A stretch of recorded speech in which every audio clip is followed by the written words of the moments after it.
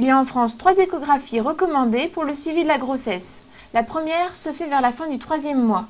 La première échographie est importante sur le plan d'abord de confirmer l'évolutivité de la grossesse, de confirmer le nombre d'embryons, de s'engager dans tout le dépistage de trisomie 21.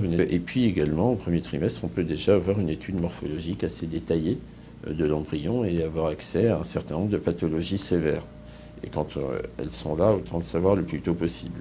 Pour les parents, c'est un petit peu le premier contact, la première vision d'un bébé, alors que jusque-là, les mamans savaient qu'elles étaient enceintes, mais ça restait très virtuel. La deuxième échographie, dite morphologique, a lieu à 4 mois et demi de grossesse. C'est une échographie très détaillée,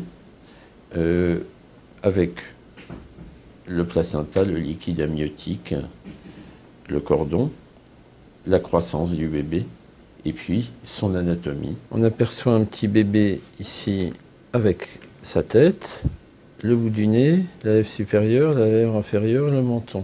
On a regardé ce qu'il faut regarder habituellement et tout va bien. Il faut toujours souligner qu'une échographie, même faite dans de bonnes conditions, ne verra jamais tout. La dernière échographie a lieu vers 7 mois et demi. Elle permet de contrôler le bien-être du bébé et de préparer la naissance. Et puis l'échographie du 3e trimestre, très bien. Là, on va s'intéresser à la position du bébé, peut-être en bas ou en siège. On va toujours s'intéresser à sa croissance, à la position du placenta. Et puis, on va refaire une étude morphologique complète de ce bébé. Pas tellement pour trouver des malformations gravissimes, parce qu'elles ont été dépistées normalement bien avant, mais surtout pour trouver, et c'est très intéressant, des anomalies qui peuvent modifier la prise en charge à la naissance.